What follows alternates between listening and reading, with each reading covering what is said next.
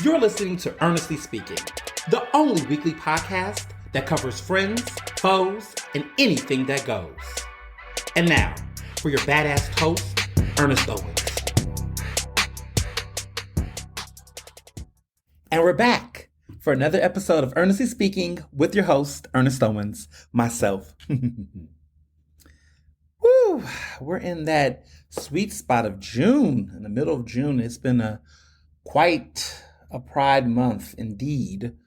Not really doing too much Pride Month stuff. I mean, I always start off real high in the beginning, and then I kind of like, all right, this is a lot. I mean, I don't know. I don't know if Pride Month is different when you're like off the map, like when you're off the market, per se, or is it just that it's just gotten corny? I think about like Black History Month. I think about like Juneteenth and how it's gotten mainstreamed, and how sometimes the big national publicity of it all sucks away from the enthusiasm and the sacredness of it all, I guess, for myself. I remember when a lot of these things were very, low key. Now, the straights are having a ball. I feel like the straights are more hype about Pride Month than I am. A lot of my straight friends be like, what you doing for Pride Month? And I'm just like, I don't know, shit, be gay. I'm already gay, It's always Pride Month at my house. But, some people, it reminds me of like when white people, ask black people about Black History Month and stuff like, so, I know this is Black History Month. Happy Black History Month, Ernest. A lot of straights do that. They'd be like, Happy Pride. And it's like, we're not even like, what does that even mean, Happy Pride? I guess, I guess it's cute. You gonna give me a gift with that? Do I get like a Christmas gift? Do I get a Pride gift? And like a rainbow, wrapping paper? I don't know. But I get it. People want to be, self-aware.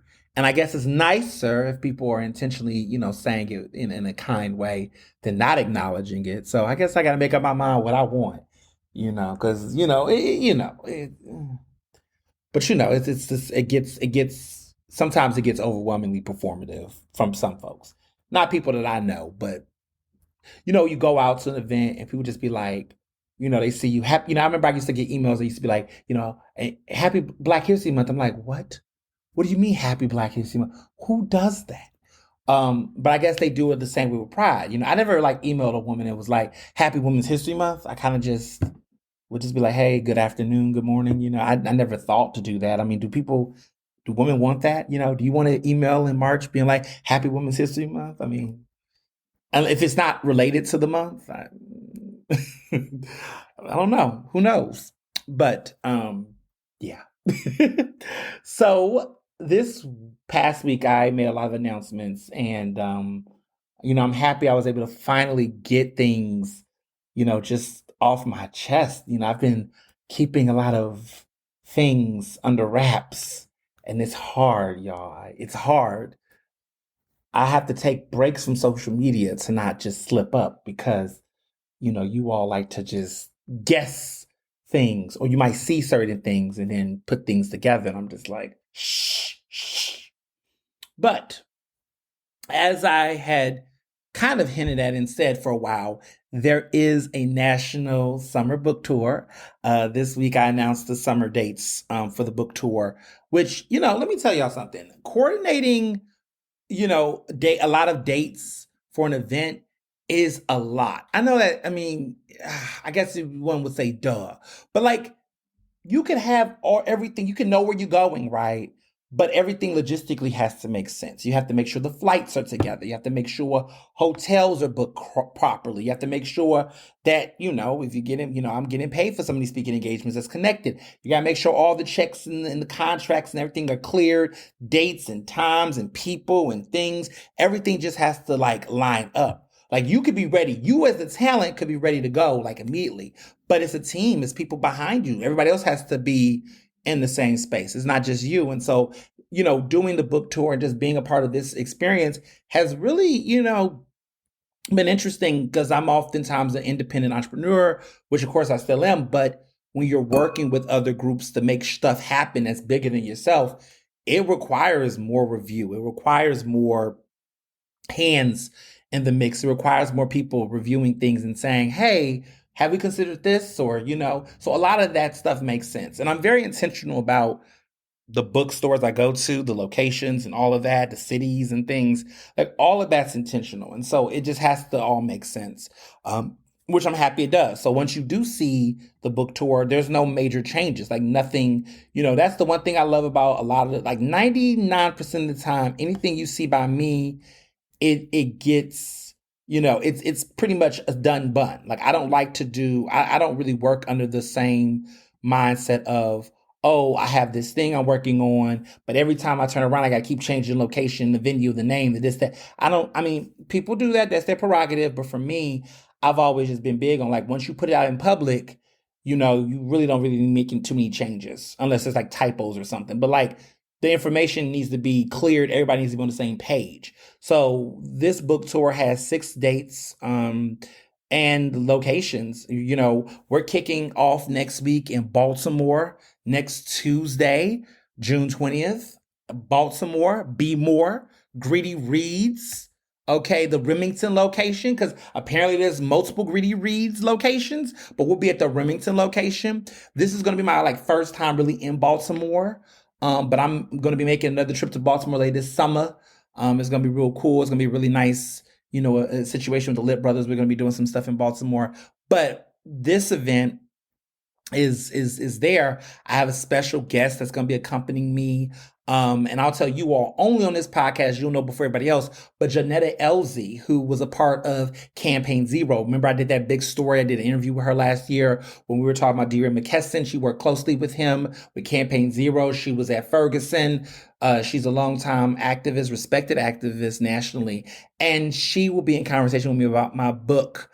She is, she stays near Baltimore, and we're going to be doing this great conversation about the book together. She just had a newborn baby who was so adorable.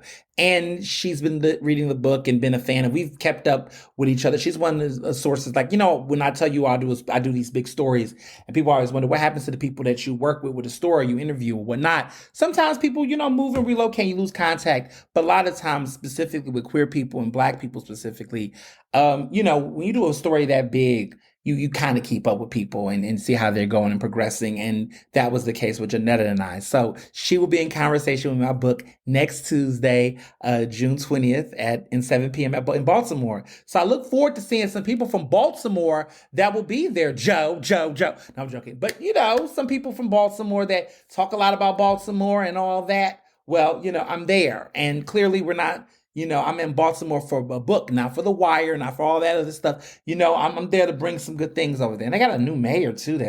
He's really promising. Seems like a young Black mayor that's there. So, he'll be there. So, of course, and this is my other big announcement that came next to each other. So on Friday, June 23rd, I'll be at Restaurant Alexander. That's one of my favorite new restaurants to come to Philly. There is a special engagement that's taking place, and I'm finally happy to talk about it. I am doing an event that is a dinner tasting and book signing combined. The event is called the Canceled Dinner, and it's a 6-course menu, a 6-course tasting with a specialty cocktail, and it's all influenced by elements and topics within my book. So there will be 2 seatings. Okay, so if you're an early bird that like to do early supper on a Friday, from 5:30 to 7:30, you can come to this lovely dinner. And there'll be 6 courses. There'll be the specialty cocktail that's included, $75 per person, which is not bad, y'all. We're in Rittenhouse, and you're getting a 6-course meal with a specialty cocktail for $75. Where can you beat that? Well, it's $75 per person. And there will also be a book signing. So if you have not gotten a book or you want a selfie with me, you want a signed copy, there will be books sold supporting Harriet's, my favorite Black bookseller in the city. That will be taking place 5:30 to 7:30. And then, okay, because I know some of y'all on CPT, there is a 8 o'clock seating from 8 to 10. And that one I will be doing that one as well. I'm going to be doing double shift because I'm the talent. But for friends and folks that want to come, 5:30 to 7:30 is the tasting, or 8 to 10 is the other tasting. So there's 2 seatings. So if you're early bird, go to the 5:30 one. If you are, someone who likes a Friday night situation, the 8 o'clock one. I'm hearing that reservations are speeding up. Please, please, please don't sleep on this. There might be walk-ins, maybe, but it is a lot of people reserving because the restaurant wants to make sure that we're dealing with a lot of special ingredients and fun things. So they want to make sure they have enough for the seating. So just if you can RSVP as much as you can. But there will be, I do think, walk-in space flexible and available for both of those seatings. But I'm hearing the 8 o'clock seating is really popular. A lot of people want that Friday night action. So if you are trying to do it, I will suggest do it now. Where can you get this information? You can go to my website. Of course, ernestly.com. I don't promote my website a lot, but it's everywhere, ernestly.com. Or you can go on my link in bio on Twitter and Instagram. My link tree always has my stuff. So you can just RSVP, or you can go open table and put in the canceled dinner. But it's an open table reservation. So you can just go there, make the reservation, and I'll see you there on June 23rd, Friday night. So then July 24th, a month later, I'll be in Upper Darby. The mayor of Upper Darby has invited me to do a speaking engagement and book signing there. So if you are people who live in Upper Darby, my little suburban nights, I'll be seeing you there. You know, Upper Darby was a popular spot that a lot of people said, "Hey, come down there to some of the collar counties and whatnot." And at first, I was trying to figure out where would I go, but Upper Darby was calling. So I will be there at the Upper Darby Municipal Building on Monday, July 24th. Now we're going to leave the East Coast and go down to the South. On Wednesday, July 26th, okay, I'll be in New Orleans at Baldwin and Company Bookstore. Okay, I'll be in New Orleans. Please, please, please, please, please, all of my folks in the South, people that live in New Orleans, I know a couple folks that live in NOLA. I will be there for one night only. I got a hotel there, a really nice hotel nearby the bookstore, but I'll be around. So let's just link up because I'm only there for one night only. Now, Thursday, July 27th, I will be back in my hometown of Houston, Texas. Um, I'll be at the Barnes and Nobles in Town and Country, which isn't too far from where I grew up. A lot of people from H-Town has already been hitting me up when they found out this news. It looks like it's going to be a L6 high school reunion of sorts. Looking forward to that. I talked to my AP history teacher over the weekend and she was all hype. And I told her, "You gonna bring the people out?" She says, "Yes." Caught up with some of my other friends, Cindy, who I grew up with my entire life in high school. All of my friends, middle school, high school folks, people I haven't heard from in years, but they were super excited. And and I've come back home, but my family lives in Katy now, which is kind of like the main line, I guess. It's like of that area. We live like outside of Houston now, but we don't live that far. So Katy Mills, I live near Katy Mills Mall now in Texas. My family do. And so when I do come home, I rarely go to the intersections of Houston. I'm always like in Katy chilling and things. But this time around, I do plan to use these days to really be in H Town, like Southwest Side. I'm making my routes. Plus, my good Judy Jessica, she is in Houston now, so it's just another excuse to see her. You overdue for a Philadelphia trip now, Jess. I'll see you in October, boo. But no, I'll be definitely in Houston. I'll be there for a couple of days actually. So Thursday, Friday, and I think I'm leaving Saturday. So I'll be there for a couple of days. So if anybody's in H Town waiting for the opportunity to get a signed copy by yours truly, we're gonna definitely do it then. And then August, grand finale of the summer leg of the tour. Emphasis on summer leg of the tour. Could there be a fall one coming? Who knows? But summer. I'm going to end it with a bash. I'm going to be in Martha's Vineyard. I know. Me at Martha's Vineyard? What? I'll be making my debut at Martha's Vineyard. I'll be a Bunch of Grapes bookstore, which is a very popular bookstore in Martha's Vineyard, according to the bougie folks that I know. The bougie blacks tell me Bunch of Grapes is a hit store. Obama's been there. All of the good folks have been there. Apparently, this is a legendary bookstore. Well, I will be in Martha's Vineyard for 2 nights, 2 to 3 nights, 2 nights and 3 days. I'll be there Thursday, Friday, and I'll be leaving mid-Saturday. And apparently this is like the second week in August. So this is a very popular week. A lot of black vacation goers, the bourgeoisie, the rich of the rich, the prim and proper of black America is here. And I hope that they are buying books and supporting black authors because lo and behold, shout out to sponsors and shout out to people that put me through to get me there. But I'm super excited to be in Martha's Vineyard and to be able to do a book signing. I'll also be there with USC. So all of my USC alum fight on. There is a Black Trojans on a vineyard. First time they've ever through an event like this, but apparently the Black Alumni Association is having like a couple of day celebration or gathering in Martha's Vineyard. And so I'll be there for that in addition to the book signing. So I have activities. I'm not going to Martha's Vineyard spending my money because child, woo, I hear the price is ridiculous. We're staying somewhere nice. Mr. Johnson is coming with me because I just, with all that stress, I'm gonna need to have, some de-stress. But we'll be at Martha's Vineyard with the Bougie Blacks. Come through and see us. August 10th is the book signing, but I'll be there August 10th, August 11th, and I'm leaving out August 12th. We made reservations, a book for restaurants. I got brunch and dinner on deck. I'm going on a cruise. We're going to Oak Bluffs. But I'm staying at a place called the Coco in Egerstown. So they told me that location I'm at is the bougier part of the Chestnut Hill of the vineyard, which is where a lot of people go to Oak Bluffs, but I'm on the side where it's apparently a little bit fancier and upscale. I'm staying at a place called the Coco, which is really pretty. It looks like a nice little summer house.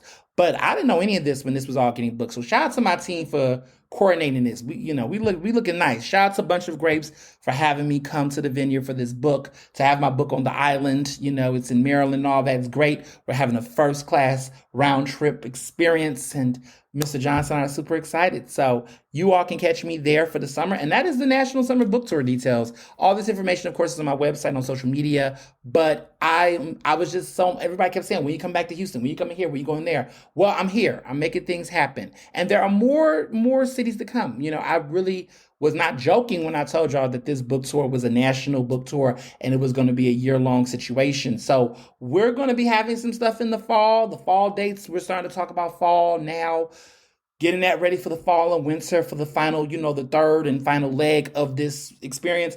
It is not easy putting together a book tour or going on one, all the traveling and things. I mean, shout out to getting the miles and the hotel points, because that has been the best. That's been one of my favorite parts of this, is I got so many goddamn miles. American Airlines is all I've been flying on. So much that I qualify for two cards that I have with them, an Avion card, an Aviation Club, or whatever I'm in now. And so I love it. I've never traveled this much in my entire life. Like this year, I have traveled more this year than I've ever have in my entire life. And that, I'm grateful for. That I'm actually able to know and feel the impact of the book and feel the impact of readers and people I don't even know. It's great to be with friends and family, but it's always kind of cool when you have these encounters with folks that you've never met before that's interested in your book or want to read it, and they want you to sign it.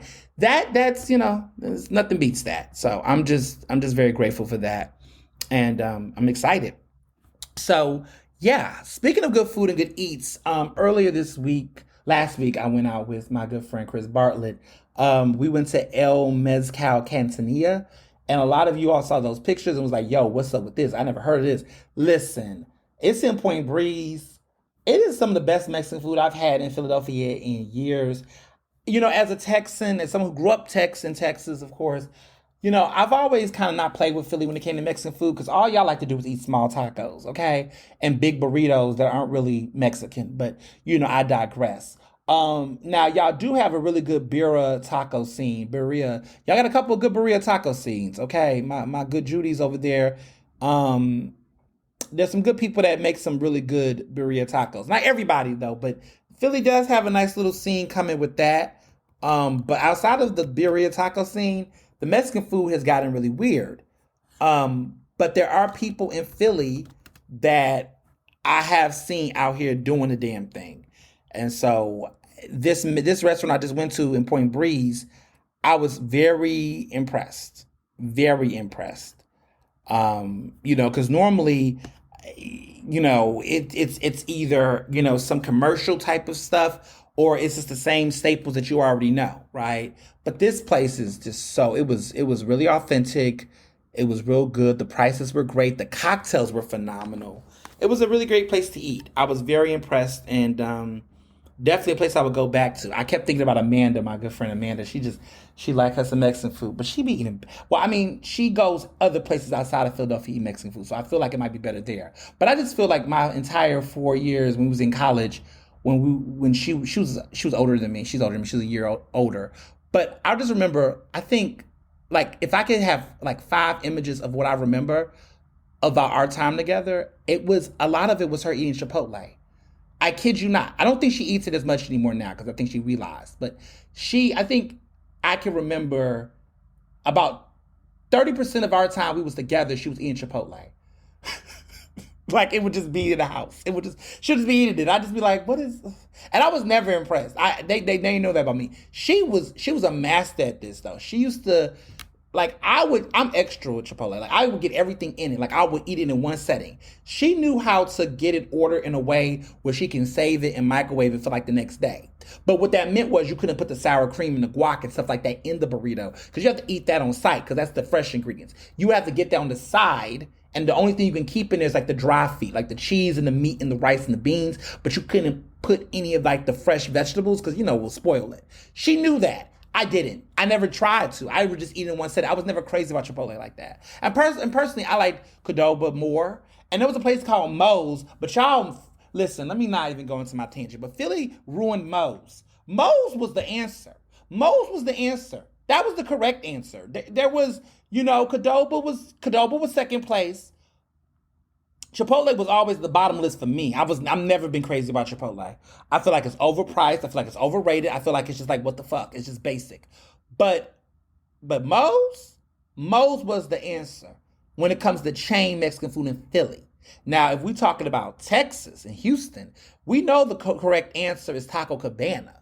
Okay. But in Philly, the right answer was Moe's. But you all do not appreciate good chains. You all ruin good chains. Me and Jamarcus was having a obituary the other day about Ruby Tuesdays. Y'all ruined Ruby Tuesdays. Ruby Tuesdays used to be my little sneak duck out spot. That was my Center City ducky spot. No one was in Ruby Tuesday except smart gays, efficient budgetary gays, old skeezers, and working class folks that just wanted to get a nice bite at the bar. They had the best rates. Before that place closed, they used to have all these crazy discounts. And I had like a little membership. I used to get all the little coupons in my phone. And I used to hit up Jamarcus, but look, they got a 2-for-1 special. Let's go ahead and get these burgers real quick and knock it out. We used to have a good time. The salad bar was cute. I love me some Ruby Tuesday. But it just, y'all ruined it. Y'all just, it just closed. We done lost Applebee's, which Applebee's been falling off for a minute. The Chili's is still here, barely. I don't know if that Chili's is still there anymore. I haven't checked. What else have y'all ruined? A couple of chains. That Krispy Kreme donuts. I remember when I was here in Philly, you ruined that. We don't got that anymore. We don't got shit. I'm not missing Chick-fil-A. I know they done built another one. I'm not Chick-fil-A girl, so I don't care. But you guys have ruined a lot of spots. I'm just thinking, there's barely any Taco Bells. And I know, listen, Taco Bell don't count for, listen, I don't consider Taco Bell Mexican food. I just consider it to be junk food. It's not Mexican food. But, I'm just saying, there's a lot of chains that have went away or not have succeeded. I can barely find a KFC. I know there's a KFC around, but, y'all just don't like chains. And that is good to a certain extent. But, there's times when I get a little mad. Speaking of chains and restaurants, James Beard Awards was last week. Shout out to the people who won, and those who were nominated. But let me just talk about the Philly winners real quick because I am so, words cannot describe my excitement. So first and foremost, best restaurant in America, okay, outstanding restaurant in America is now Friday, Saturday, Sunday. You all remember the last Philadelphia restaurant to get that a couple years ago was the Hav. Now it's Friday, Saturday, Sunday. Overall, in America, best restaurant. Now, you all already know that for years, I've been talking about Friday, Saturday, Sunday, about Chad Williams' restaurant with his wife, that they took this restaurant and transformed it and was incredible food. It was my favorite place to eat in Philadelphia. Now it is the best restaurant in America, and I'm proud to tell you all that Chad has not gone to Hollywood. I still have my sitting reservation at that restaurant, and he has not forgotten about me. And I'm just grateful to still be, on the list. You understand? But y'all about to ruin. I hope y'all don't ruin it. He not gonna let y'all ruin it. But don't y'all new Friday, Saturday, don't y'all come bandwagoning over there. Let me tell y'all something right the fuck now. That tasting menu, we don't play with that tasting menu. Don't come in there talking about you allergic to chives and you don't eat onions and you don't eat this. Yeah, fuck, I don't care. Leave him alone. Don't try to make him alter that tasting menu. That tasting menu is tasting and is doing what it's supposed to do. And if it's not broke, you're not about to come in there and fix it. Also, best cocktail in the city. This is Assassin's Handbook. It is a brown liquor focused cocktail, but it got a nice Jamaican rum taste to it. It is incredible. It is great. If you go there or you got a reservation, get that cocktail. It's just a great place. I love it. I'm happy for him and his family, and just really happy because it's been the best kept secret for so long. But now it's just there. It's the best goddamn restaurant in Philadelphia. Okay? Period. It was number 2 on Philly Mag's best restaurant list because they made her place number 1 because they want to be different. But let me tell y'all something. Friday, Saturday, Sunday is the best restaurant in America right now. Okay? James Beard Award winning. Stand up. Now, best restaurateur in the Mid Atlantic is Knock from Kalaya. Kalaya is such a great restaurant. I told you I went to the new location in Rittenhouse, bumped into my good Judy Candace. We was there the same night, which is kind of funny. And she was there, and it was the new location in Fishtown. We ate almost everything off the menu, Mr. Johnson and I. It was really good. I told you it was super hot, which I appreciate the authenticity, but like, damn, I know I can eat hot food, but like, some of that food on there is hot. But don't be one of these little, I don't like spicy food. You don't got to tell nobody that. Keep that to yourself. This place is authentic Thai to the finest degree, and she is an incredible restaurant with a great story. She didn't even imagine going to culinary, school. She was a flight attendant at one point, and then, really fell in love with food, met her husband, pursued this in a way, went to restaurant school, came to America, and really took it seriously. Next thing you know, here comes Kalaya. That's the abridged version, but she has a really fascinating story about her life and her food, and she has a beautiful dog. So I'm happy for Knock, and well deserved. And then last but not least, best restaurateur, which is an award that goes to somebody who owns a bunch of restaurant groups. The winner was Ellen Yin, and y'all know Ellen Yin. Y'all know I love me some Ellen Yin. That's my fave. She owns High Street. She owns Fork. She owns a lot of those restaurants under the High Street Hospitality group, and they have they have A Bar, they have A Kitchen. Y'all look like, ooh, she got nothing but hits. Ellen Yin has nothing but hits. High Street Provisions, High Street on Market, Fork, of course, and she's just killing it. A Kitchen is the bomb. I've gone to a lot of her restaurants in the past year, a lot. I've revisited Fork, which is still phenomenal. 25 years ago, she was doing the farm to fork concept using local regional ingredients and food. Before that was a trend, okay? Put some respect on Ellen Yin's name. But those are our Philly winners, and Philly definitely did their thing for the James Beard Award, so I'm really happy for them. In other news, Fat Ham, I went to go see. So I know a while back I was telling you about James Imes, who was the Pulitzer Prize winning playwright. And of course, this show, Fat Ham, was nominated for 5 Tony Awards, including Best Play. So it was super exciting. I went to go see it this week. Saw it in New York, went on Broadway, and I haven't seen a Broadway play. I mean, it's kind of cool. I've been really going to see plays, Little Thespian Me coming out. But I went to see the show, saw it with Abel, my good friend Abel, and we loved it. He loved it. Okay, so the show is like, I don't want to tell, I mean, I won't, the show is coming to Philadelphia in November. So it'll be at the Wilma Theater in November. Remember that I told you this. I'm giving you the heads up. Fat Ham is going to be in New York till July 2nd. Yeah, extended to July 2nd. But they will be in November. They'll be in Philadelphia in November. So it is moving up. It's a great show. The best way to describe it is Hamlet, but set in a black cookout, family cookout / wedding with a queer black lead character and queer characters throughout the show. And it's loosely based off of Hamlet. There are some changes, but it follows that same story arc. Abel apparently doesn't care much for Hamlet, but loved the show itself and really loved the marvel of it all. I was impressed with the production, the set design, costumes as well. It was a very great show and some really strong, incredible performances and good acting. Just really loved the play. Very creative, very fun. It was so intimate.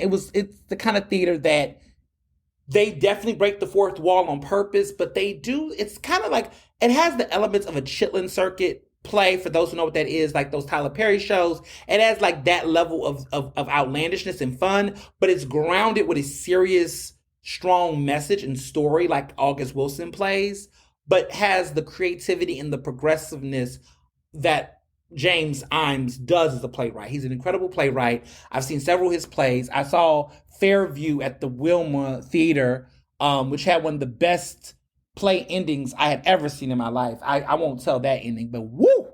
Another great show. He directed that show. He didn't write the screenplay. He didn't write the play. He directed the play. But Fairview, the play, won the Pulitzer Prize. He didn't write the play, but he directed it. But it won the Pulitzer for Best Play a couple years back. So he's just been in a position where he's been around great material and leaned into it. He's originally from the Carolinas, but he moved to Philadelphia. He lives in South Philly. He's a professor at Villanova. He's super dope, and I'm just so happy I know him. And yeah, I'm really excited about Fat Ham. I'm excited about how many people know about it. The cast is great. And it's a really good show, and I highly recommend it. So if you're in New York between now and July 2nd, you're looking for a show to go watch, this is great. And to watch it during Pride Month felt even more lively. So I guess that was my Pride Month experience in addition, right? Going to see a good play. From a queer Black playwright at that. So that was that. Also too, before I move on to the hot topics, it was a family affair in City Council. You all saw those photos. It's great. My younger brother, who goes to Temple, he is in his he just experienced his first week as a city council intern. He's interning with council member Anthony Phillips, which he really likes. He really has been enjoying his time on city council. We had city council session on Thursday with the budget hearings. Well, the beginning of the budget, which we'll talk a little bit about that budget then. But it's been a great week. Everybody's like, oh, it's giving family affair, because my husband's a comms director there and my brother's an intern. And then I'm also now hosting City Council Live, which this week was interesting. If you listen to the show, it's every Thursday, as you all know, up until City Council goes on break, which the last day is apparently going to be June 22nd. But it looks like they might speed it up. But I'll be back in the fall with my show. But you can catch me this upcoming Thursday, next Thursday, Thursday after that. And it'll be, of course, from 10 to 1 on WRD Radio, 96.1 FM, 900 AM, Progressive Black Talk Media. So, been loving that as well. But now, let's get into the topics. Trump is indicted again. And this time federally. And, I'm just at this point where I'm like, okay, and I know that should not be how I should feel. Or is it? I don't know. I'm just kind of like, this is a thug, y'all. He just getting indictments and he's still running for president. Like, listen, the one thing that Trump has done to American politics is he's made this shit more shameless than ever before. I've never seen a politician in my lifetime, in my generation, that's been that shameless. Like, he just does not give a fuck. He like, yep, indicted again. It's another month, another indictment. It's been 2 indictments in the last, 2 months. And this is a federal indictment. This man has 37 counts. Okay, 37 counts. 31 of them are counts of violating the Espionage Act through quote-unquote willful retention of classified records. And then he has 6 counts, which includes obstruction of justice and making false statements. This is serious, people. But for whatever reason, here's what I know. Trump supporters, I need that level of Trump supporters. I don't want the racism and the bigotry. I'm talking about they are ride or die. They will never fold for this man. They don't care what he do. They don't care. And Trump said that. Trump said it years ago that he said, look, He could kill somebody in the street or something, and and they would still rock with him. He got the kind of supporters, they don't care about nothing. They know what he can do for them, and they want whatever he can do for them, whatever the hell that is. But they love him. Okay, they are diehard stands. Beehive, y'all ain't got nothing on Trumpers, because the way that they will they don't care. And the problem is that there's media outlets, which we'll talk a little bit about CNN later on the show, but there are media outlets that run around all the time and do this whole, this is going to be the thing that's going to change their mind. No, it's not. No, it's not. Y'all should have known. See, I knew it wasn't over. I knew it was a wrap, right? When he had the video leaked to him saying, grab her by the pussy. That remark he made right before election. This must have been the big October surprise, right? This big surprise that there's a video out of record of Trump basically admitting to sexually assaulting someone. And guess what? Nobody gave a fuck, and he got elected. That's how serious, that's how devout these people are. This man brought out women who accused Bill Clinton of sexual misconduct, brought them to the debate so they can look at Hillary to make her uncomfortable. Trump gives no fucks, and neither does his supporters. So if you really understand you have to understand how gangster he is, that this is a man who did all that and then did a rally in North Carolina and did a rally out there in Georgia. His supporters are like, they chilling. They still coming out, clapping and rooting for him. It's so bad that even Tim Scott, the black man running against him, is kind of holding him up in prayer. The fuck? This is your opponent. And you over here treating this like a let's hold him up in prayer moment. And this is your opponent. So you know that whatever kind of hex he has over his supporters and the people that rock with him, they're not going anywhere. There's been an image circulating online of evidence showing in his Mar-a-Lago residence, which I just didn't understand. Why is it called Mar-a-Lago? Like, I just never got I was just like, it's just, okay, I guess we'll take it for what it is, Mar-a-Lago. Like, that's just a weird name, the name of residence. But, over there is there was a picture of a bunch of boxes like stacked up of all the evidence of all the classified documents. He just had them stacked up with the chandelier and everything in place. I'm just like, this man, a hot ghetto mess. And yes, there's information on tape. They got tape footage of him admitting on tape that he didn't declassify secret information. It's all there. All of it. But guess what? No one cares. No one cares. That's not going to, listen, the feds, if y'all going to do what y'all going to do it soon, do it fast. All this chatter, I don't care. No one cares. So this is the second time he's been indicted. And he might get another town hall. Who knows? We'll see. So Cornel West is running for president, child. People's like, oh, what you think about that? Fuck you think I think about that? I'm not a fan. Why is he running? Who asked for him to run? I'm over it. Dr. Cornel West, disappointed. And let me be real quick, right? Two things can be true at the same time. I grew up reading his books. Two of his books changed my entire life. And really, when I think about my college learning, it woke me up to understanding how to talk about race and politics in a different way.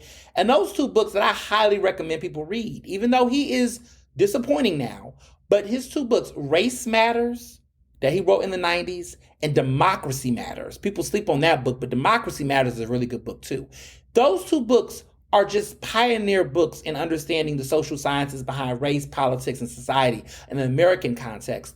These are incredible books that like, it's not even for academics and people that went to college. It's just, those are the type of books, like I think about The New Jim Crow, how a book like The New Jim Crow is something that people are reading no matter what background they come from because of how important it is. You think about How to Be Anti-Racist, that book, right? How people have latched on to read that book, even if they're not in college or in some type of high societal network. There are just certain social policy books and political books that have that level to really inspire the masses beyond just the academic space. And that's what Race Matters did. That is what The New Jim Crow did. That is what Democracy Matters did. And these are the types of books that, you can't knock those books, right? I appreciate what they were in the context they were in. However, that being said, Who Dr. Cornel West has become in recent years has been disappointing. The relationship with him and Tavis Smiley is just cringeworthy. The fact that he's aligning himself with the People's Party. So this is the People's Party was formulated by a former Bernie Sanders staffer who worked on his campaign. This person, not Cornel West, but someone else. And this People's Party has been on social media being ridiculed. People have found them to be homophobic and some of the rhetoric are transphobic, some of their language on social media, sexist at times. They don't really have a good reputation in certain progressive spaces. There's a lot of progressives that are divided, black and white progressives alike, are very much torn and divided on Cornel West running. I'm going to keep it really plain. This is an unserious person running unseriously for president. This should not get any level of seriousness. The fact that he went on Joe Rogan's show, excuse me, like this is giving, Bill Maher, look, I'm talking to different people who will work with me, but you think that these types of folks, I'm not seeing it. I don't see it. I think it's too late. I think it's performative as fuck. Honestly, I don't think he's going to really be a Ralph Nader. I don't think he's going to take voters away. I think any smart voters will realize that this man is not the answer. I mean, at least Joe Green had a party that had some level of dignity. I mean, the Green Party was what it was, but this guy is unserious and he's just a distraction to the campaign. And I think the fucked up part that what he can do, the damage he can do is he's not going to get people to vote for him. But if he creates enough complaints about Joe Biden, then what's going to happen is that people might just be discouraged to go to the polls. I think discouraging people to go to the polls is what we will see. I remember, and I'm still, look, there's a lot to be said about Hillary, but Trump did not deserve to get a smooth slate to go back in. So when people decide they was not going to vote, a lot of times when people decide not to vote, and I know a lot of people decide not to vote in this Democratic primary, and I can understand why, right? The reason why voter turnout, I think, is very low in Philadelphia is because people are like, well, it's democratically controlled. So in their head, if a Democrat runs, whoever runs a Democrat, as long as it's a Democrat, if they're going to win, then does my vote really matter? Now, I personally say yes, because not every Democrat is the same. But a lot of people who are really, really detached from the political mechanisms that be, their mindset is they don't see things into the nuances of far left and far right and all that shit. They just see things as being Democrat or Republican. And so their mindset is, well, it looked like a Democrat is always mayor, so we're good, right? That's because some people have really played into partisan politics where we only see things through a party vacuum.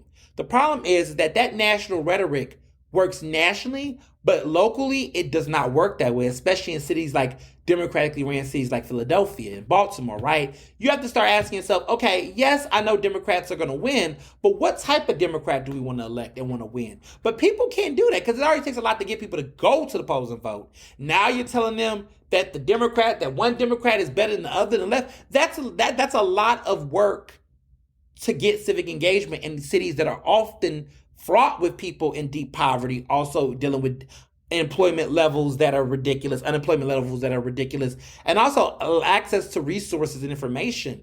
It's just, to them, the apathy is there.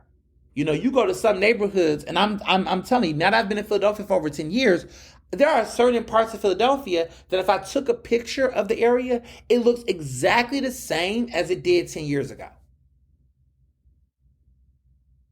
And mind you, the city then turned over hands over different mayors and different leaders.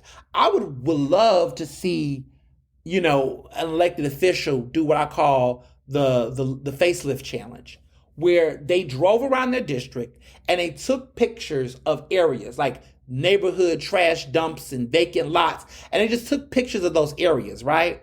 And then at the end of the year, they go back and look at the photos and see if any of those areas changed. And if they did change, they should give people a status upgrade, like a progress report to say, look what we did. A year ago, it looked like this, it looked like that. Like, I want to see some HD TV shit happening in our neighborhoods when it comes to people getting makeovers. And I'm not talking about developers coming in and taking over properties and displacing people. I'm talking about general public services, quality of life needs of like, is this block clean now? Did the graffiti come off the wall or did it multiply? Did the gardens, did the parks and recs, did they get repainted? Did the recreation centers get the air conditioning that they needed? Like, I just would love for someone to do an inventory check. Maybe that's already happening, but it would be nice to just see that broadcasted, where elected officials will go to some hot spots, about 10 to 20 spots in their district, and take some pictures of it, and then come back in a year and say, you see all these pictures we put up? Look at what it looked like right now. That's real accountability. And maybe journalists need to do that. Maybe we should do that. Maybe as journalists, we should go to certain parts of Philadelphia and take pictures and say, okay, y'all, here's a year from now, all these areas look like the same. And say, well, what are you doing here, here, and here? Because, see, I get that we oftentimes want elected officials to do big, wide-reaching shit. But to be honest, everyday voters and everyday working class blue collar workers and people that are living from paycheck to paycheck, let's be clear, they can't even think about that shit when they're walking down a street that got trash all over the fucking place. That they're worried that their car is going to get jacked because they got no vacant lots or property levels that's secure. There's no lights working on their street corner. It's big, y'all. It's bigger than a lot of this stuff. And there's a lot of clowns, right? Like Cornel West, that's never going to speak to those issues because he's too busy trying to appeal to a base to raise money. And honestly, he's better watch out because the perception could potentially be that it looks like grift, that it looks like you're running because you are an egomaniac that is dealing with bitterness, largely behind Obama, because a lot of these tired old black men are bitter about Obama's success because a lot of those people in the intellectual spaces did not really want to embrace Obama because they were jealous slightly. I know what that feels like. I know what it was giving. It was giving that they were like, how come he's the one? He didn't kiss our rings. He didn't toe down to us. He didn't go through the things we went through. He didn't sit with us. He wasn't shooting with us in the gym. And he just kind of came and emerged, and they were jealous because he didn't have to go to them and play the dirty games that a lot of other black politicians have to play. He didn't come through these political families in the same way that they did. And so I feel like there is been this private, but sometimes public jealousy of Obama because of that. So, not crazy about Cornel West running for president. Wish he would just stay home and sit this one out. It's just going to be a bunch of distractions. And honestly, at this point, like, come on, man. Seriously, come on, man. But what they said, so everybody can run. No, not everybody should fucking run. Let's just keep it 100. Okay? Everybody should run. No, not everybody should fucking run. Not everybody should run for office. No. Qualified people that know what they're doing should run. So. But yeah. I would be remiss if I did not address this. Because this was like literally changed my whole week. Let's talk about this air quality. Okay. There was some wildfires in Canada that took off, and they were heavy. So heavy that the smoke came through New York, through Jersey, hit Philadelphia. There was a lot of conversations about the air quality. Air quality was bad, y'all. So bad that in New York, the sky was orange as you saw. And in Philadelphia, we started to get a little light, little blood orange, little something for a minute. And the air quality definitely was bad. When it hit Philly and it got real, I never came out the damn house. I was very much kept the mask on, but I canceled my plans that day. That was last Wednesday when this happened. And one of my friends went out to run an errand. They said that the air was so bad, they could taste it. And I'm like, we tasting the air? You could taste the air? I was like, oh, hell no. So I stayed my black ass in the house. Okay, I don't really play with climate change like that. Mother Nature, you don't want to mess with her. Mother Nature don't play. Okay, I don't play with Mother Nature. I play with a lot of people, but I don't play with Mother Nature. Okay, and so what really pissed me off about it was Center City SIP, Center City District. Everybody else, the Phillies canceled their game at the stadium. They did not do the game that day. But Councilmember Kenyatta Johnson and Jordan Harris, who's a state rep. Both of them did not do the night market that they were going to do that evening. They postponed it. But Center City Sips, led by Center City District, decide to still have their event. Still have bars doing their thing in the daytime and outdoors. And apparently people are still out there like they don't care. I just felt like that was just irresponsible. I felt like capitalism, these are those moments where capitalism will trump common sense. How do you know there's high air quality problems and you're still going to facilitate, events? And yes, people say, oh, well, people can do stuff at their own leisure. But no, we have to have a moral responsibility. We have to have a moral responsibility and obligation to public safety and public health. And I just sometimes feel like the government, which often do this, will not step up until they have to. And so that pisses me off. And I was not pleased. And just FYI, I'm too grown. I don't go to, I don't really do I don't do center city sips, to be honest.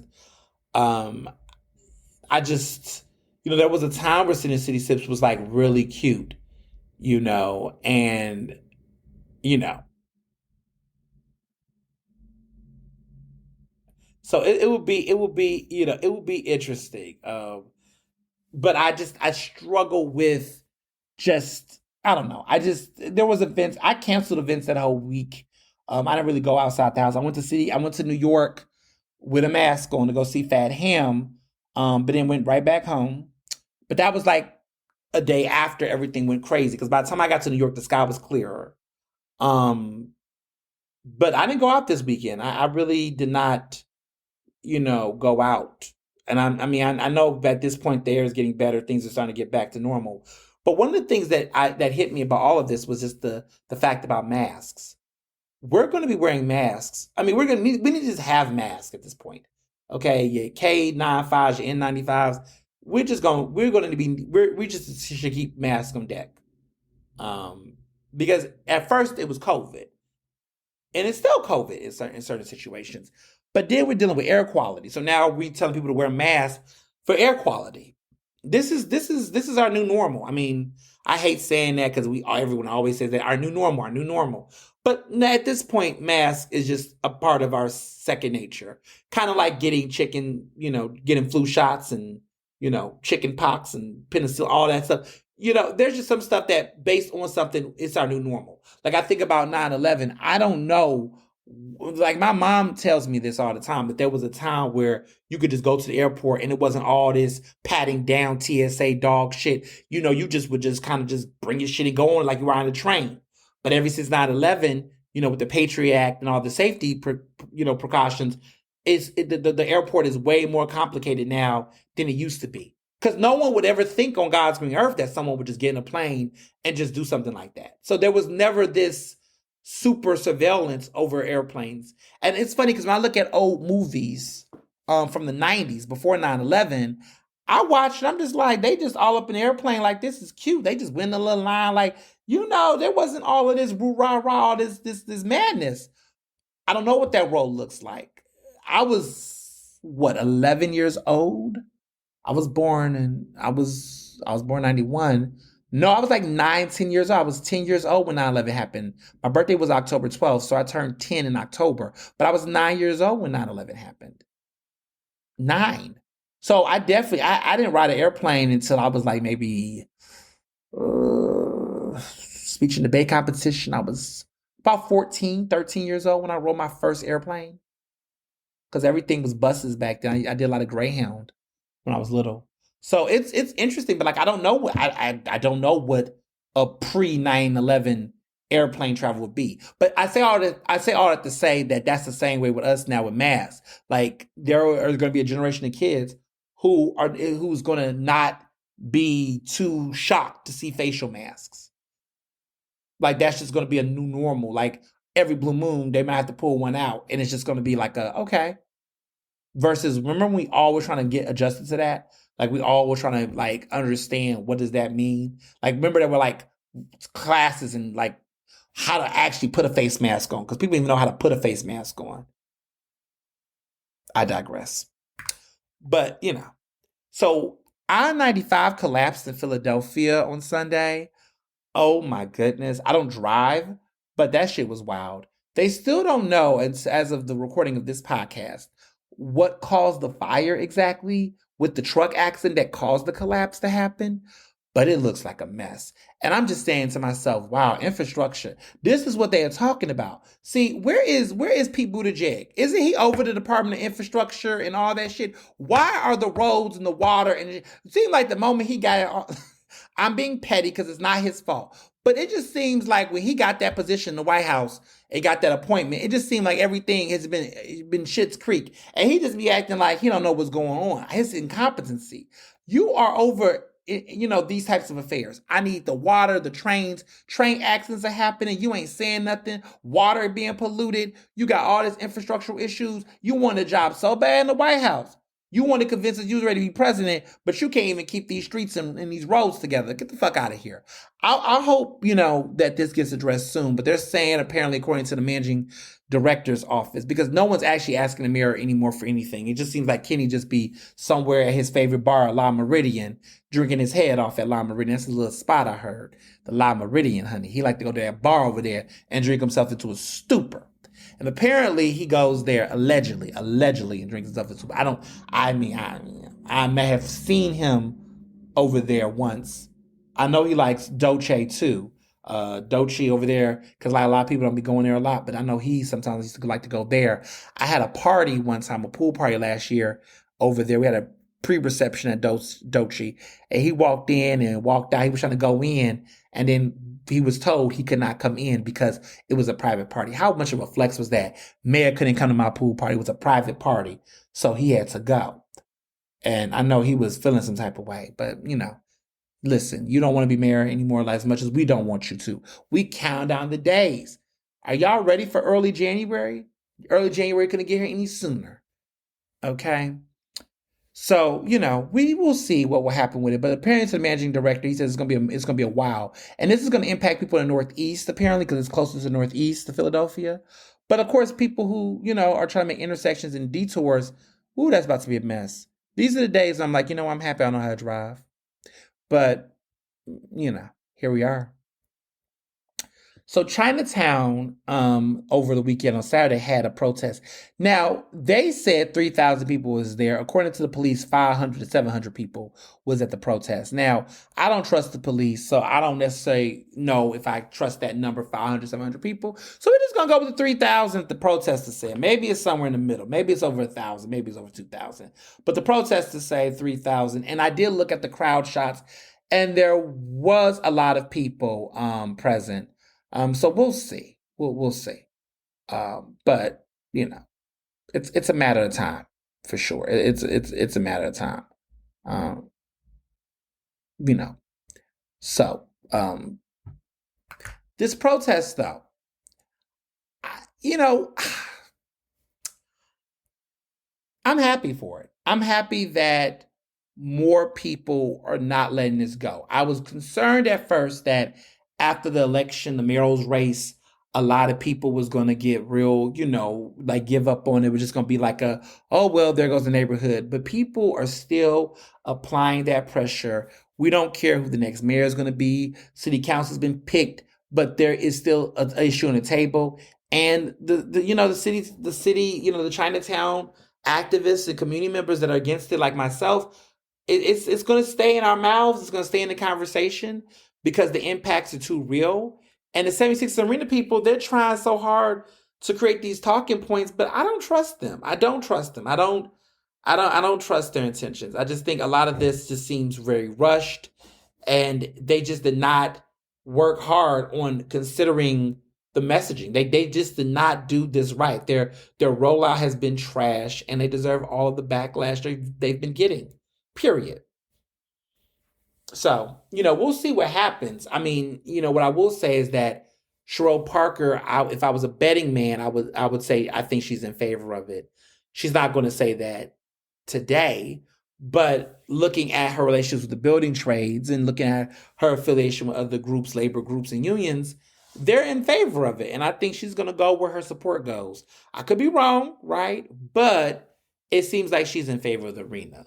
And I do remember the day of the election that there was some literature going around from people supporting the arena that was putting Sherelle as their top candidate and their top person for people to support.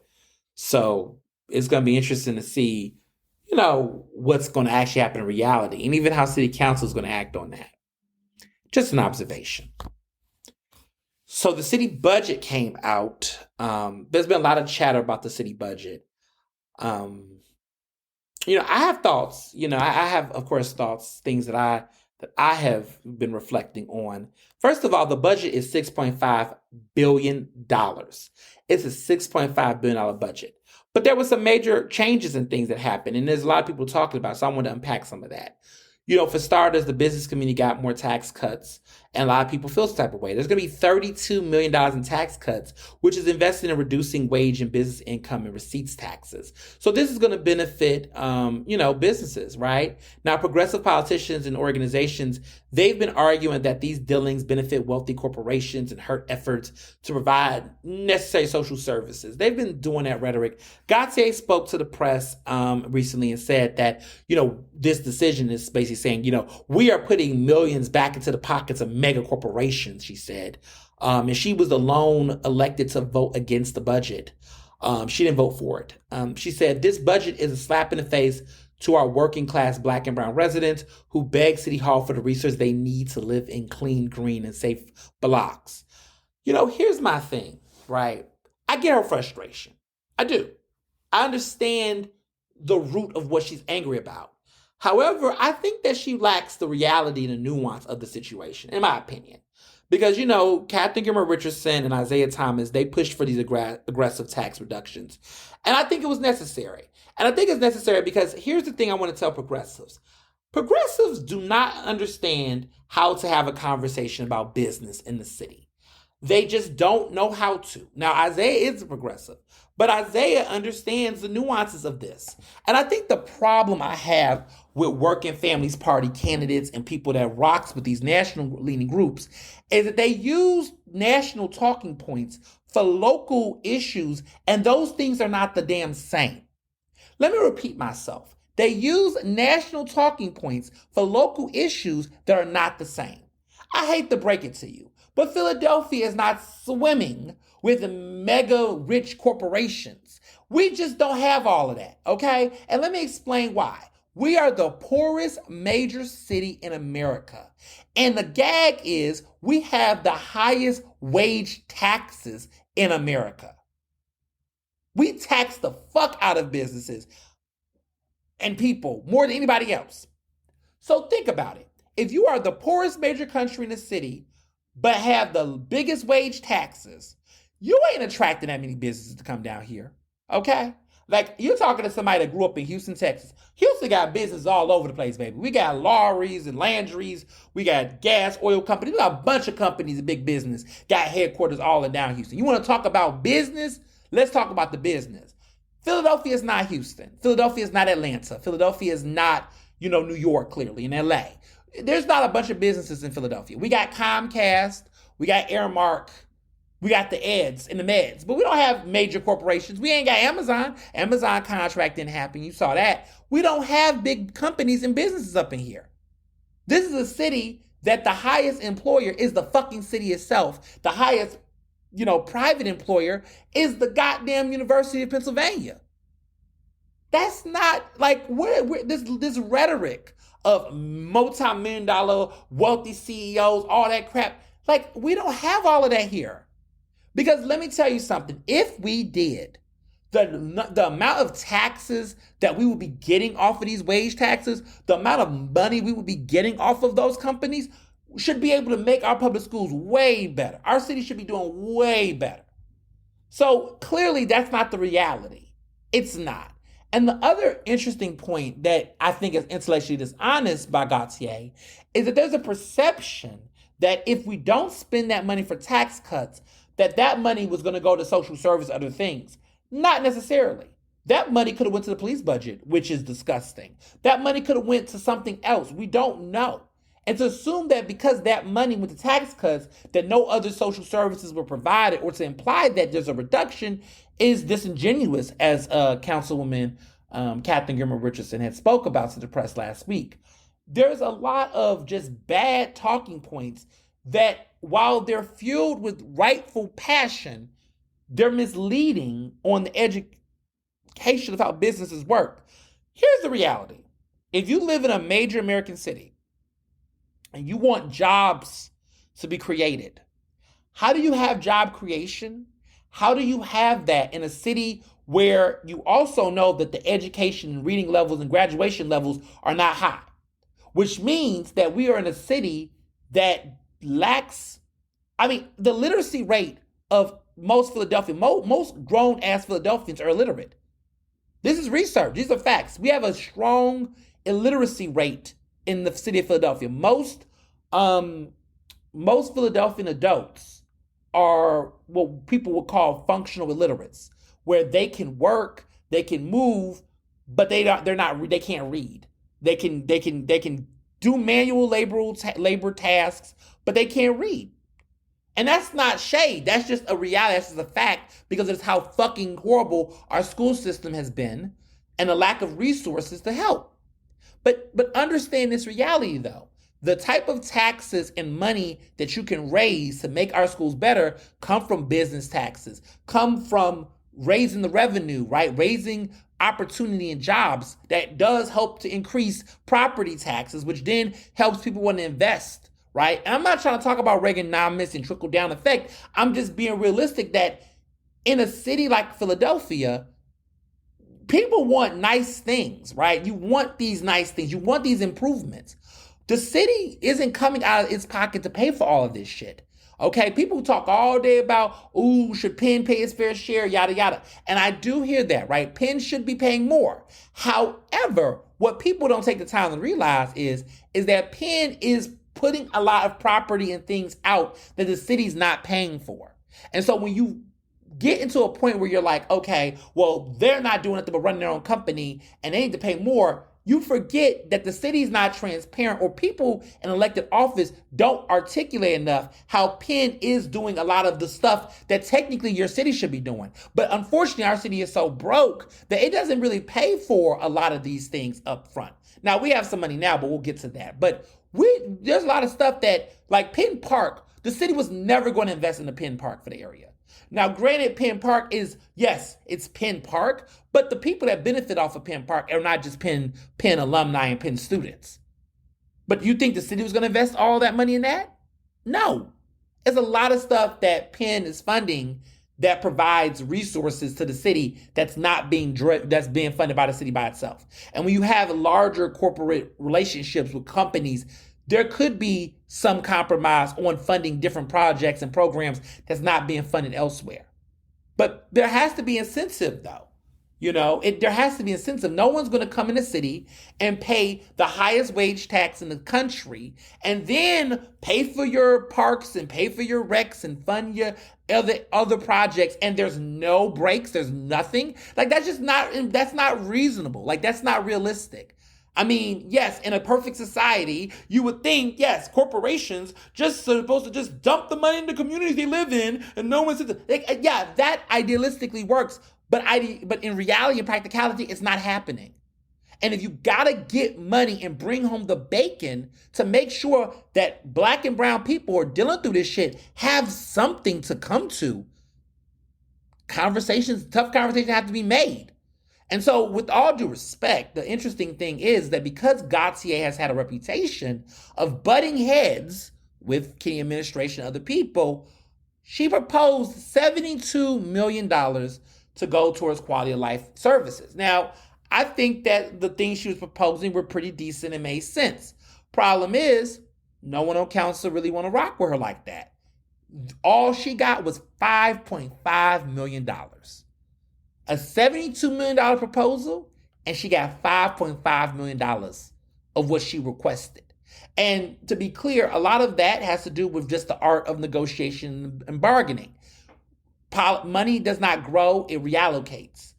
There were other elected officials who who have budgetary priorities that got answered because they played nice in the sandbox. And it's not to say that people can't speak their mind and speak truth, but you got to be mindful about the fights that you pick when you're representing a district. To be a district council person and be in consistent conflict with your peers, you have to answer to a constituency in a district that's like, okay, I don't care about all these progressive fucking fights you're having. Where is the money to make sure that our streets are safe?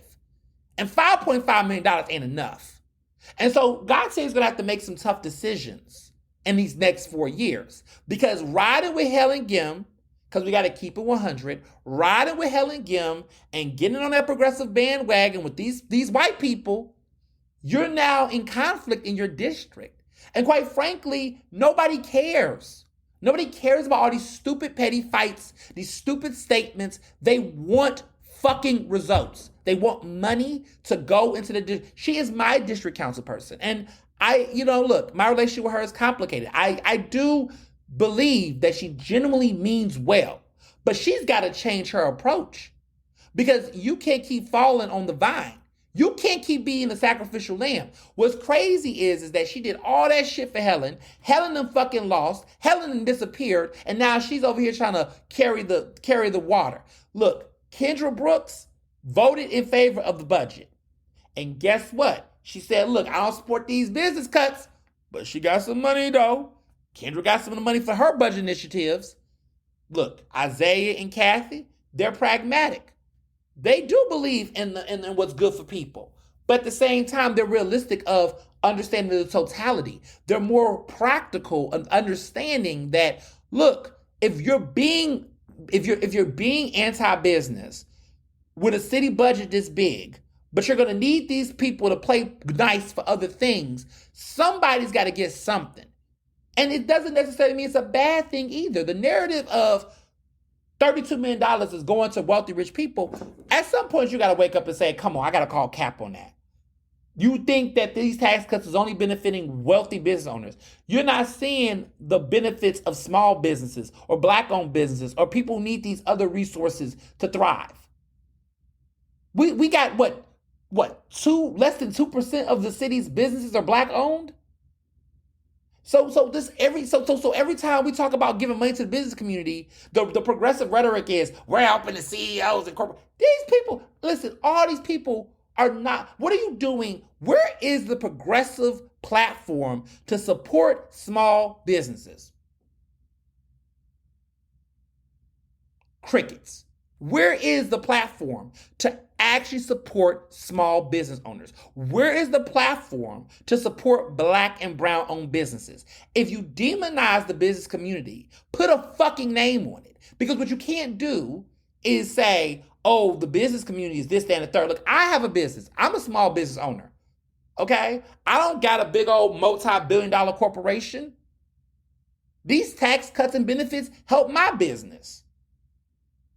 It helps a lot of these businesses.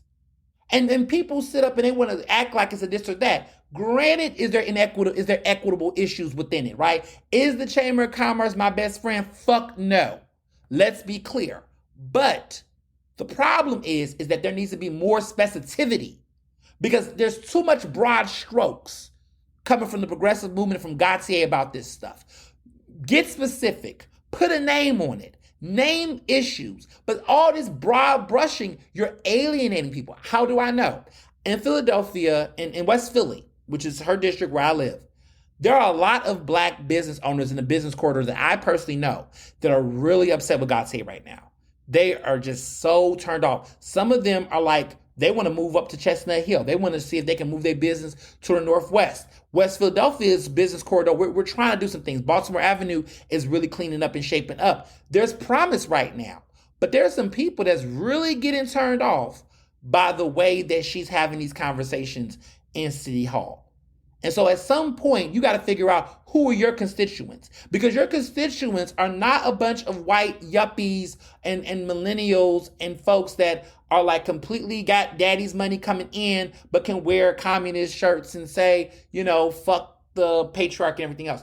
There is a logic here, right? And listen, as someone who was black and who grew up working class, right, I understand progressive ideals. I'm fucking progressive.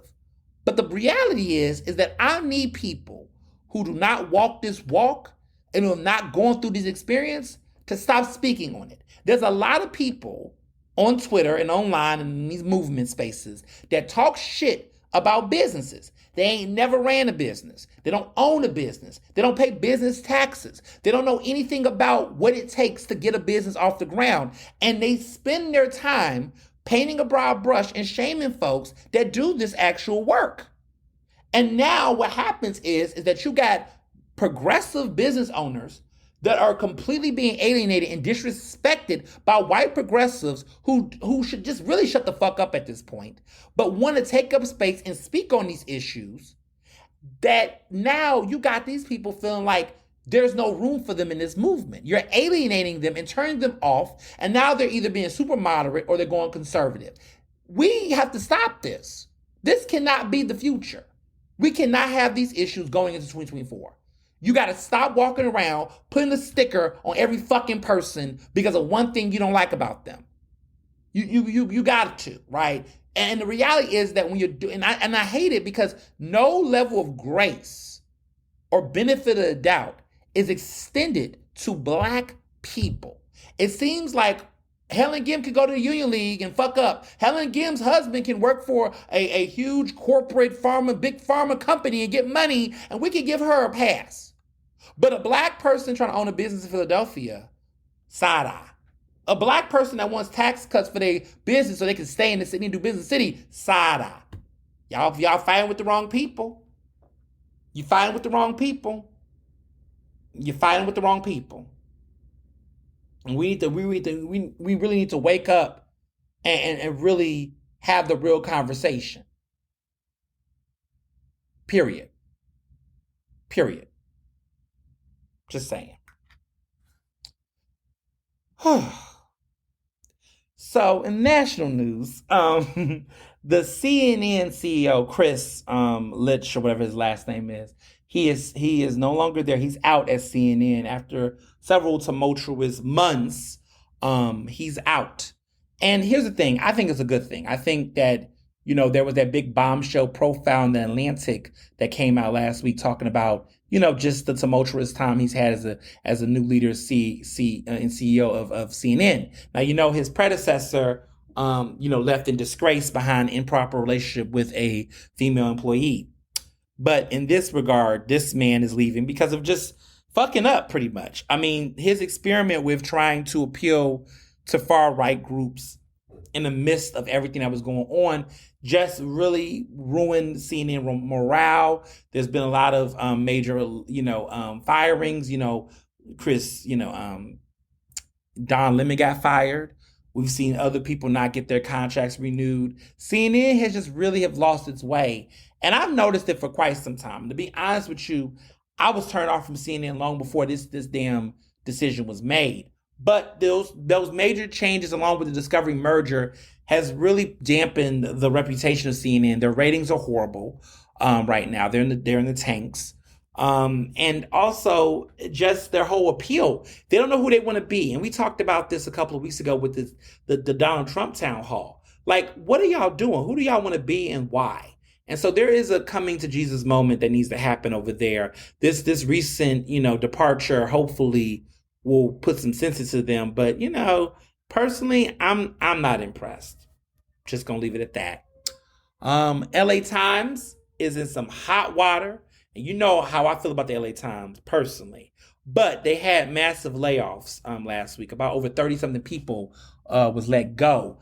Majority of them were largely Latinos, and there were a few Black people, about 4. But there were a lot of white people. I think there were more white people than everyone else. But there was a large chunk of Latino journalists. They've cut their whole digital department, digital director, all of their digital team. All these people that worked in the digital space were let go, which was a shocker because the new executive editor, who's a Black man, Kevin Merida, who used to be at the Undefeated, he took over the company about roughly 2 years ago. I want to say over a year or two. And he was initially saying that, LA Times is going to be a digital first company and publication. But how can you be that now when you've cut the whole digital team? So there was some massive cuts that took place. And this happening amongst the racial uprisings where there was a big, it seemed like a big, huge, come work for us movement. And then to see this happen, quite the shocker or not, depending on where you stand on it. But it was a lot.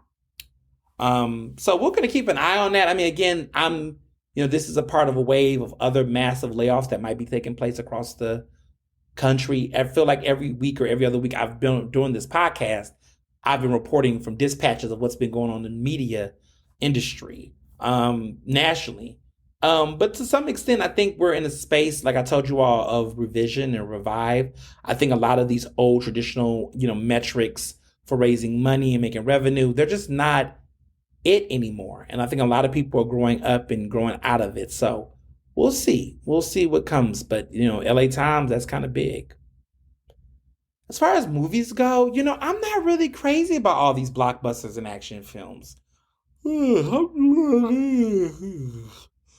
snore. That's how I feel about them. I'm just bored. I'm bored. Transformers came out. Now that new Spider-Man film seems cute. I saw the first one, and so I might watch that second one. Even though Shamik Moore, who voices the main character Morales, he's trash as a person, but the character is pretty fascinating. I don't know. I'm not. I'm not crazy about all of these summer blockbusters. Like, look, Little Mermaid did it for me. I might see Elemental, maybe. That's the new Disney Pixar film that's coming out. But I'm not really into like all the crazy action sci-fi, Marvel films. I've never been into it. The only Marvel film I've paid to see in the movie theaters have been both Black Panthers. Like, I will go see Black Panther. I enjoyed both of the films. But all these other films, these Marvel films, y'all can have it. Music this week. As far as music goes, I must say, Janelle Monáe's new album. Look, let me give the roses before I give the thorns. Really like the album. It's cute. The Age of Pleasure. Very good album. Very different from her previous music, which I can appreciate. I really love Dirty Computer, which came out about 5 years ago. Damn, it's been like 5 years since she's dropped an album. She's been acting too, so she's been doing her acting thing, so I can see that. But this was a very good album. Good songs, good music. The theme is great. Great summer vibes. But let's talk about this. The album is only 32 minutes long. So I had it on when it first came out. I just kind of had it on playing. And when I get a new album, I listen to it for the first time, I like to play it from beginning to end before I start skipping. I like to establish what is skippables. Like the first time I listen to an album, you just kind of keep giving it. Now, there are some albums like Folklore by Taylor Swift, even though me and her right now, I'm putting her in timeout. Sidebar, she broke up with that racist boyfriend. Sidebar, too fucking late. Still mad. But, I just want to say, Folklore didn't have any skippables. That's an album you play from beginning to end. That's how I feel about Renaissance, even though we could skip I'm That Girl at the beginning and just go straight to Cozy. But I digress. It's another album that you can just, kind of play from beginning to end and let it just build. But not all albums do that. Some albums, once a couple times you listen to it, you're like, all right, I know the couple of songs I like. I'm just going to skip these two. And normally the songs you skip on an album, have you ever noticed that like if you skip songs on an album, you typically skip like 2 or 3 together? Because it seems to be like with most artists, they'll do albums where they're like, okay, I'm going to do 3 songs that's like warm-up songs, high-paced intro songs. And then the next 3 songs is what I call the singles, like the singles that's going to come off the album. And then the next 3 songs are what I call skippable songs, where they're just kind of like these random dumbass songs. We know what we was going to do with them, but they sound fun. And then the next final 3 songs, well, this is the old school album model, will be reflective, emotional, ballad-driven songs. That's kind of how I feel about most albums. Like, most albums have about 12 songs. First 3 songs are like the warm-up songs, and they kind of feel like introductions. They're kind of like letting you know what the new vibes are. Then the next 3 songs are the bangers. Like, these are like the banging ass songs. Like, these are the songs people are going to be playing on the radio and shit. Then the next 3 songs are what I call like these like sleeper songs, where it's like, they're okay. whatever.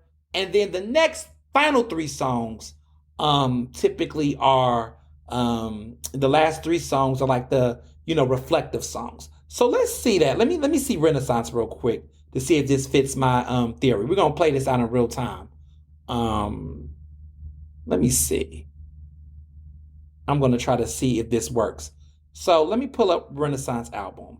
She has 16 songs. So then let's do the four. Let's do four songs. Let's do the three songs. Let's see. So I'm That Girl, Cozy, Alien Superstar. Yep, those are cute warm-up songs. Then there's Cuff It, Energy, Break My Soul. Yeah, those are kind of, upbeat single songs.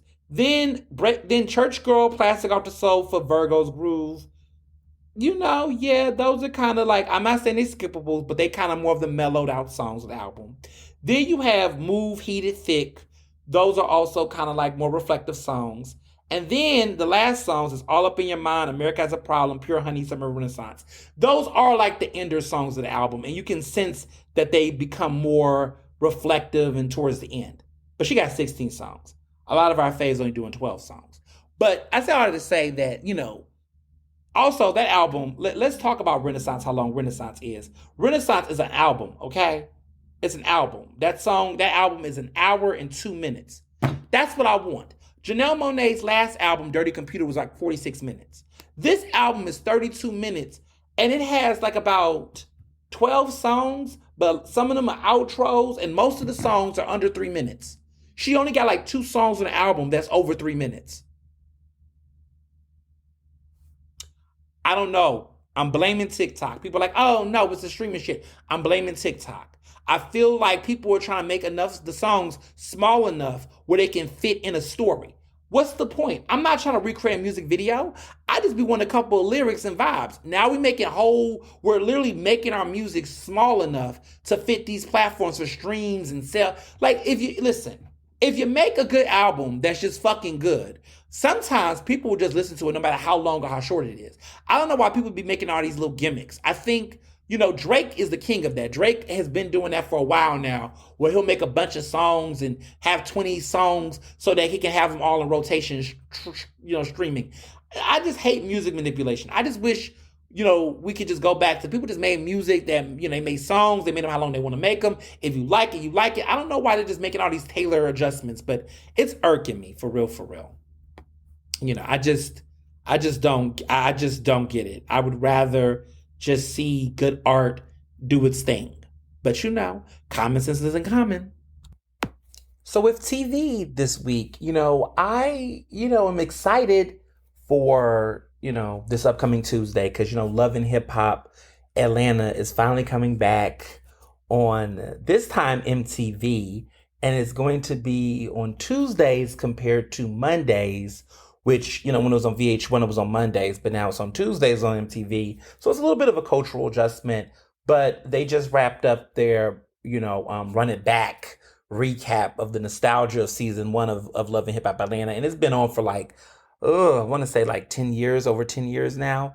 It's been a minute. It's been a lot of Love and Hip Hop. I've really have grown with this show. It's been a decade and some change, and now they're back even stronger than ever. They just put out the super trailer, and it looks good. The drama is on a high pace. I've been missing, the Love and Hip Hop energy.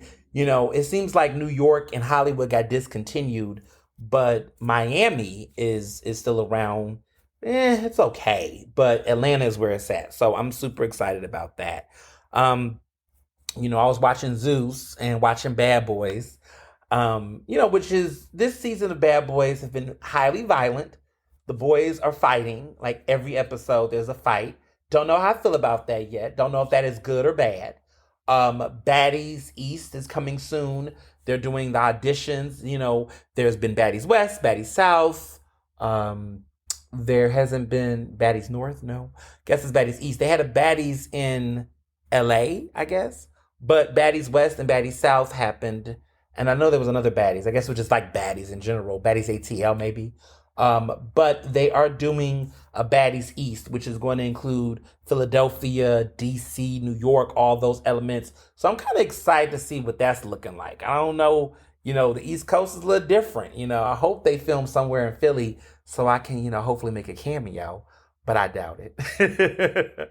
um, yeah, Martha's Summer House, Martha's Vineyard, which a lot of you all are starting to watch. If you have not watched this show on Bravo, I highly encourage it. And as you all know, I'm going to Martha's Vineyard in August, so I'm really looking forward to it. I'm watching the show. What's interesting though is that I heard from a friend that apparently Martha's Vineyard has a really strong reputation of like class and all that jazz, and so they didn't really want them out on the vineyard cutting up and carrying on because the vineyard likes to have, a reputation, and they didn't want them fighting and arguing. So what's interesting about the show is a lot of the drama happens in the summer house that they're staying in. It's not too much going on outside of it, which I think was intentional. They don't say that, but that's what I heard from folks connected with the production and everything of that nature, that apparently they didn't want them out on the beach doing 1,000 wild things. Everything's kind of insular, but the drama is high and it's really good. And just for like black young professionals, people that's in their, early 30s, under 40, I do enjoy the show for some of the elements and themes. There's a lot of relatable characters that I know in my life. I feel like I see some of the people on the show. I'm like, I went to college with someone like that. I've met a person like that, for better or for worse. And there's something to be said about it. So I do appreciate some of the authenticity of the conversations and issues that come up on the show for sure. Um, and then I watched the Tony Awards on Sunday, Sunday night, of course. And the Tonys, listen, this writer's strike got the girls acting up. There is the writer's strike. We talked about it a while back. The Writers Guild of America. I stand in solidarity with the writers, for TV and film. They're working out a bargain. They're trying to get equitable pay. It seems like that is a theme right now, that there's a lot of issues. Writer strikes and creative rights are under attack. And so, I'm really hoping for that. But a lot of them are protesting and boycotting. And a lot of these award shows that would typically have people writing scripts, a lot of these shows are not having scripts. And so I'm wondering what BET is doing, because the BET Award nomination just recently came out. It's just feeling very mediocre. It seems random. I've heard some tea from the industry folks that I know that apparently there was almost plans they were going to scrap the BET Awards this year, or reschedule it based on the writers' strike. Apparently they're moving forward, but there seems to be some picket crossing, some line crossing over there with how they pulled that off. But the Tony Awards, the host was Ariana DeBose, who you all know won an Oscar for Best Supporting Actress last year for her role in West Side Story, which she won Best Supporting Actress. And, she's been doing a lot of MC gigs. She MC'd the BAFTAs. That was where there was that weird, Angela Bassett did the thing, that thing. And then she's hosted the Tonys last year. She's doing a lot of MC gigs. I haven't really seen her much in any films, but maybe it's too early. We'll see. But it just seems like she's doing a lot of MC gigs. I'm just like, okay, I guess. But that's just the interesting thing about like the career trajectories of people of color who win Oscars. Some people get like Viola Davis and keep getting nominated and doing their thing. And some people, their careers seem to be the curse. And I just hope she doesn't have the Oscar curse. Because she kind of came in fast with this win. And, you see what happens to certain actors when they win. Their careers and the movies they get, some of them go off and do great things. And a lot of them, it just kind of plateaus. Jennifer Lawrence, is she suffering from the Oscar curse? Her career is kind of coming back a little bit, but it seems like she got a lot of stuff premature. She's one of the youngest actresses to ever win Best Lead Actress in her early 20s. And so, she's now in her, her early 30s now. She's around my age, a little older than me by I think a year or so. But it seems like the roles that she's getting now, the performances just seem to be very flat, compared to in her early 20s. This woman has about 5 or 6 acting Oscar nominations, and most of them in leading categories, with one supporting actress nomination for her role in American Hustle, which was good, but Lupita won, which I was happy about. Okay, sidebar. But Tony Awards this year, it started off really white, and then it ended kind of white, but it got a little better. There was some interesting wins. So the notable wins that I cared about the most was Best Revival of a Play was Top Dog Underdog, which is a Black play that won a Pulitzer Prize in the early 2000s. But they did a revival that had some really great actors, and it won Best Revival of a Play, which was pretty good. Best musical was Kimberly Akimbo, which apparently a lot of people never heard of that musical. It's a brand new musical, but a lot of people just seem to skip it. But it seems to be, was the buzz of the Tonys, won Best Actress, Best Featured Actress, won a bunch of awards, Best Book, Best Musical. Best Revival of Musical went to Parade. Best Lead Actor in a Musical went to J. Harrison Gee, who they use they, them pronouns. They're a non-binary trans actor, black actor. And also Alex Newell won Best Featured um, Actor in a Musical for Shucked, that musical about corn. And they're also non-binary. So two black non-binary actors won at the Tonys this year, which was pretty incredible. Other things that stood out to me this year at the Tonys, Sean Hayes from Will and Grace won Best Actor in a Play, which kind of was underwhelming because he was in a category of five actors. Four out of five of the actors were all black, and he was the only white actor in the category, and he won. So that was kind of, underwhelming. I would have liked Wendell Pierce. Best Play went to Leopold, which is a play based on Jewish integration, and it's based back in the 1900s. Show seems to be really good. I was bummed because I really wanted Fat Ham with James Imes to win. It would have been a great win for Philly. It would have been a great win for Black Philly queer playwrights and just Black playwrights in general. It's really hard to win a Tony when you're in the director and the book section, right? The actors tend to win, but the directors, like Kenny Leon, was one of the first black directors to ever win Best Director for a play. This was a couple years ago. And, we don't see the black directors and actual book writers, those who write the scripts, they don't win as often.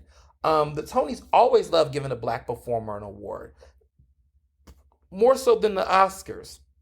I will give the Tonys credit. Compared to the Emmys and the Grammys, it's up and down with Grammys. But when I'm talking about acting, right? Emmys and Oscars, the Tonys have been giving black actors and actresses across the categories countless awards for over 40 years. They was doing it before the Oscars was really embracing it. When you look at the number of black women who won Best Actress at the Tonys, the numbers are way higher than the Oscars across the board. Plays, whatever, more black actors are getting Tonys faster than they're getting Oscars. A lot of your faves then got Tonys without getting Oscars. Some of your faves got Tonys before they got Oscars. Lawrence Fishburne, Viola Davis has 2 Tonys.